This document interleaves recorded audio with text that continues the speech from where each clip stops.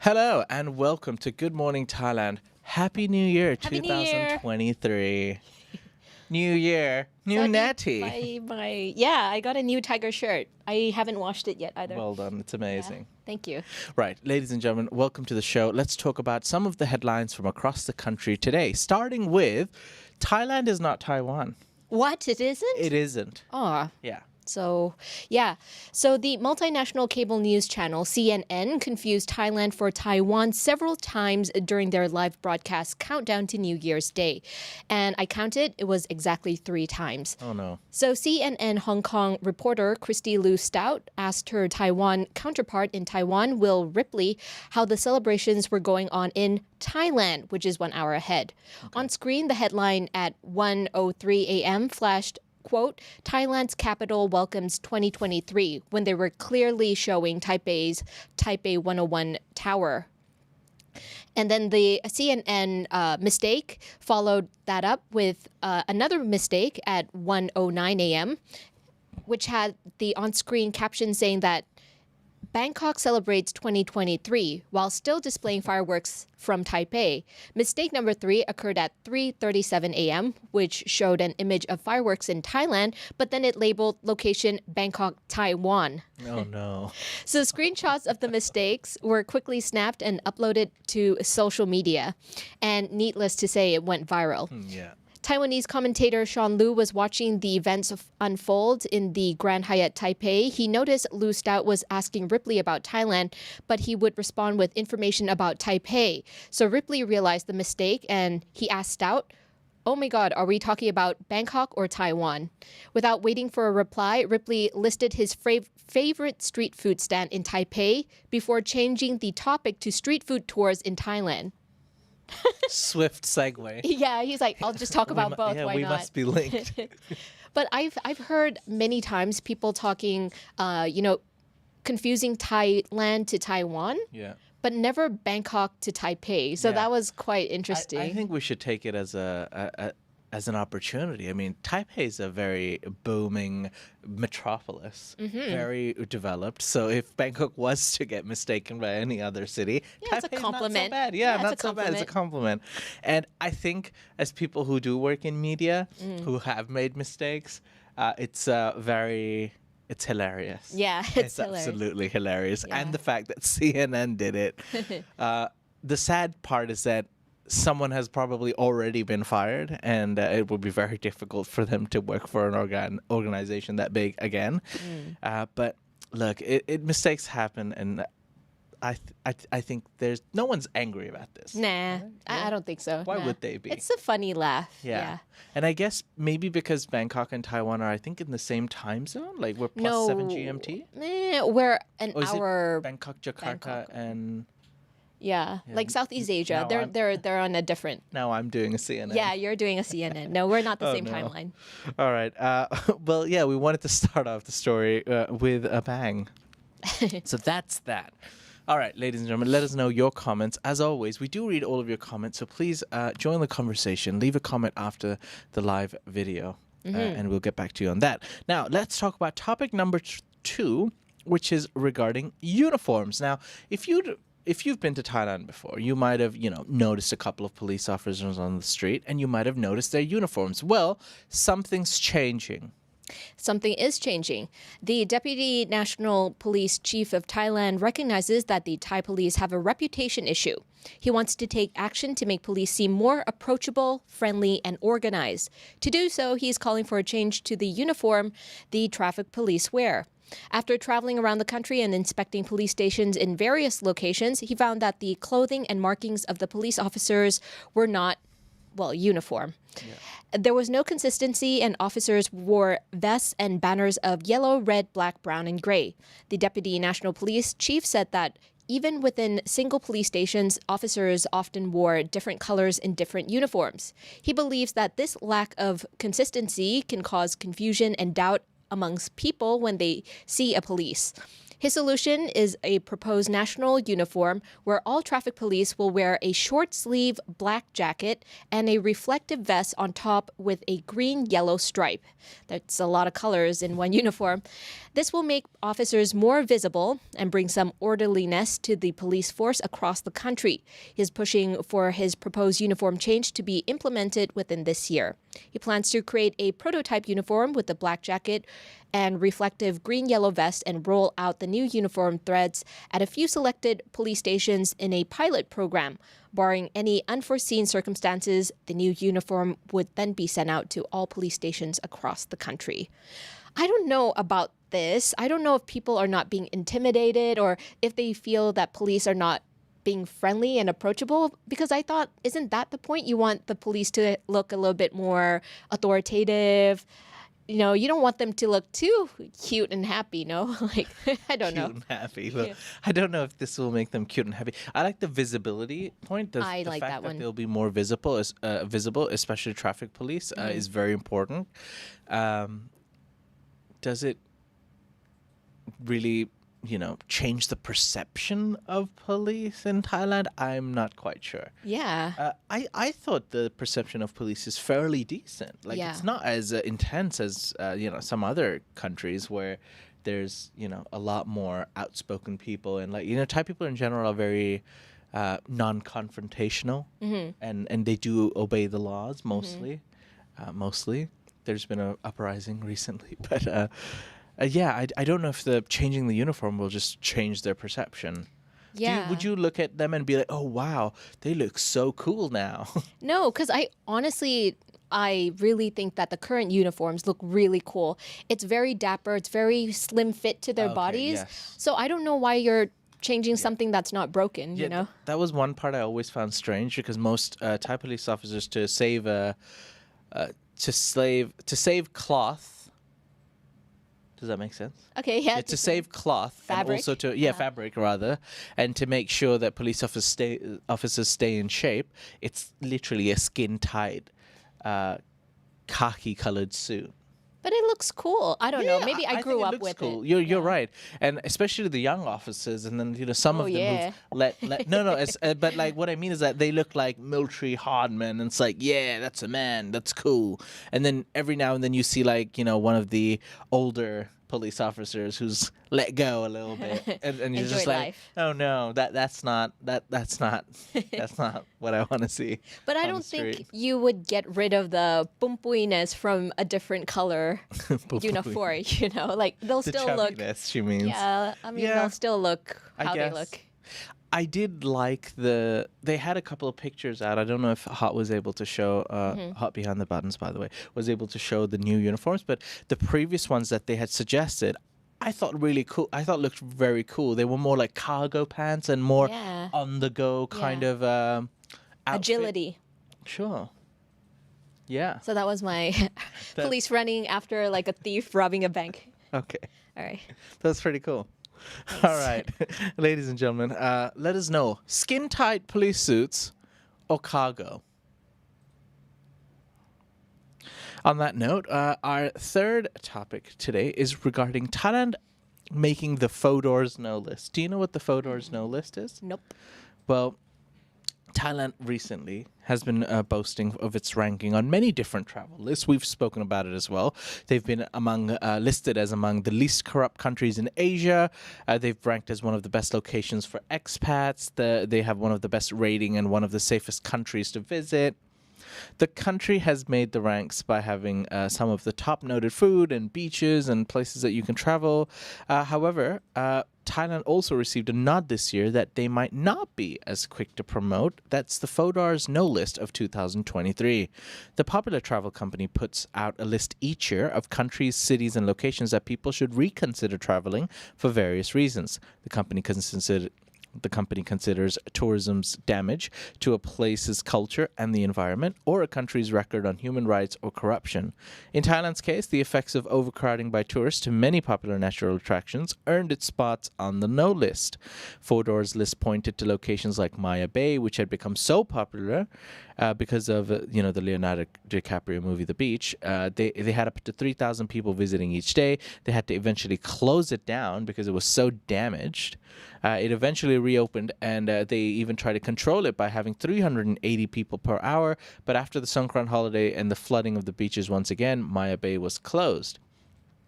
The Ministry of Natural Resources and Environment was so heartened by the tangible recovery of the environment in Thailand's 155 national parks, they've now made it mandatory for national parks to close for 1 month. Ooh. Because during the pandemic, the 155 national parks that Thailand does have recovered magnificently. Nice. Everything was back to being the creme de la Pristine. creme. Yeah, it was pristine. And they've now made it compulsory that, okay, the parks need to close for 1 month to maintain that level of standard. So I think that's good. I think they should even close it down for 2 to 3 months. Agree, actually, yeah. For natural rehabilitation. Yeah. And even the famous scuba diving island of Koh Tao even tried to change their ways. A tourism fee has been instituted to fund conservation efforts for the marine environment and biodiversity. And Koh Tao's mayor even said, if we don't care of our home and let it ruin, who will want to visit us? That's true. That's right. And that's coming from Koh Tao, so that's saying something. Turtle Island. All right, ladies and gentlemen, what do you think? Does Thailand deserve to be on the no travel list because of a few things? 'Cause I think Thailand has a lot more to offer than Maya Bay. I've never even been Yes. to Maya Bay myself. It's a little bit overrated. It is a bit Yeah. overrated, and nor have I actually been to Koh Tao. Have you been to Koh Tao? No, actually, no. Okay. And have you been to a national park? Yes, I have, we actually. have. Yes, we have. So 1 out of 3 for me and Natty. So it's basically confirmed. Thailand's good to go. So, yeah, that was that. All right, ladies and gentlemen, we're going to take a quick break. Once we come back from the break, we'll be talking about something very interesting. We'll see you right after this. And join the fun at Carnival Magic, the world's first Thai carnival theme park. Don't miss the opportunity to experience the enchantment of the magical wonders at the one, the only Carnival Magic Phuket. Welcome back. You're watching Good Morning Thailand, and this show is brought to you by Carnival Magic. The Carnival Fantasy. I've got that song stuck in my head. Me too. For the last 2 months, even though I went there 1 month ago.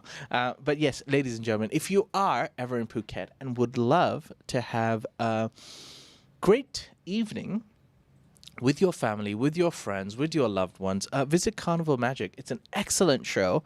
It's a magnificent production, and you will not be disappointed. We've made a whole video about it. If anything interests you in that, we promise you that you'll have a good time. So visit Carnival Magic in Kamla, Phuket. All right. Now, for the final part of our show today, ladies and gentlemen, we would actually like to take this opportunity to introduce you to one of the bright and upcoming entrepreneur and personalities in Bangkok, Thailand. So we had our Thaiger correspondent, one Sarah Habibzadeh, do an interview with this wonderful lady. So without further ado, we would like to introduce you to Cavina. Hi, and thank you for joining us. First of all, can you just give a brief introduction about yourself? Yes, my name is Cavina, and I actually have been in Thailand for only a year, but I'm half Thai. My dad is from England, but I grew up in America, so kind of like the American accent. But I am a YouTuber, mostly talk about sustainable fashion in Thailand and in America both. So that's like my passion, what I talk about. I see. Yep. So before we dig deep into your passion, let's just discover more about yourself first. So you mentioned that you're half Thai, half British, and you've only been here for a year, so you've never lived in Thailand before. I lived here, I was born in Bangkok. Yeah. My mom's like Bangkok native, and we moved to America when I was 8 years old. So that's how long I've been there, like 24 years or so, like that. Okay. Yep. So in experience of like 1 year as a grown up here, do you feel that you experience any struggle as like a third culture child living in Thailand? Yes. Can you share some of those difficulties? Yes, that's a question I was really excited to talk about because a lot of my friends in America, they're not third culture kids, so I don't have many people who can understand how I feel about it. But it's the biggest issue being in Thailand is language barrier. I can speak Thai but fluent,นะคะแต่ว่า Okay. the vocabulary is not there. Like it's me and my mom at home with very limited vocabulary. I see. And just because my like accent is good, they expect me to know the bigger words and like you can't read, you can't write. No. Like I can speak. And then also one of the bigger things for me is like identity. I don't really know. I'm sure you can kind of relate. Like, Yes. Am I Thai? Am I like American British? Like I don't know who I am. Yeah. So identity issues for sure. I see. Yeah. Yeah. So your videos on YouTube circulates around like fashion. So how did that started? How did that passion? Where did that come from? More so sustainable fashion is because it was out of necessity. My mom and I moved to the States with not a lot of money, and she was very frugal. Went to the thrift stores, not at the malls. I remember I saw an Abercrombie skirt, and I said, "Mom, I really want it," and she said, "We'll make it at home." So we took literally we kind of like we took the design, went home, took an old pair of jeans and made it into that skirt. Took a logo off of one of the other Abercrombie and then like put it on, made a fake skirt, and I was like, okay. So upcycled from very young, thrifting from a very young age. So it was more my mom encouraging that. Yeah. I see. So talking about thrift store a little bit, like thrift stores in the States or like in the West, I feel like the quality that you find is pretty amazing. And you went to like secondhand market in Thailand as well. Can you tell us the difference in your experience since you're an expert? Oh, expert. Oh, there's a big difference, but I think the biggest difference is in America, there's a thrift store on almost not every corner, but it's a lot of places. Here, you kind of have to know where to go. Exactly. You have to kind of get a long car ride some places, and then they're also not as organized. So in America, it's like very it feels like a mall, but a thrift store. Here, it's piles of clothes usually, and the quality is a little bit lower. I feel like more holes, more stains. But then I found some really, really good pieces that designer, like I found Acne Studios jeans. I found a 500 baht Louis Vuitton bag. Really? But it's like, it has to be taken to a bag spa to get fixed up. But it's real, it's authenticated. And you can find stuff like that in Thailand. Watch my channel. That's a good one. That's a good one. Yeah. And okay, in your channel, you go through a lot of people that have unique fashion sense. So which has been your favorite? Is there any favorite so far? You mean the series, What Are People Wearing? Yes. That, I want to give a shout out to Icy from England. He started that whole idea, and I'm so glad that we were able to bring that here in Thailand. And a lot of people just don't really care what people think in Thailand. I feel like if you took the really fashionable people here and put it in my hometown of Oklahoma, they would be like stared at and like, but here they don't care because everyone's just themselves, very individual. My favorite part of like, you're saying like my favorite outfits I've seen. Yes. It's the people who put things together that make no sense. Like for example, like a pattern with another pattern that I would never put together, but they make it work. Yeah. Like just their creativity is yamak. So I love it. You mentioned earlier about fashion sustainability. How do you think Thailand is doing in that sense? Like in the past 1 year that you spent time here? I've been surprised at the efforts that some brands have put in. As for instance, I'm representing a brand that I really like right now. I've worked with them for a couple weeks, and it's called Sarai, and it's completely sustainable. They make it out of marble that's sourced from like local places in Thailand. It's from recycled plastic, recycled glass. So brands like these are here. They exist. And you just kind of have to be okay with digging a little bit, you know, because it's in Thailand. I feel like sustainability is not at the forefront of people's minds because fast fashion is Patina Mall, Siam, very easy.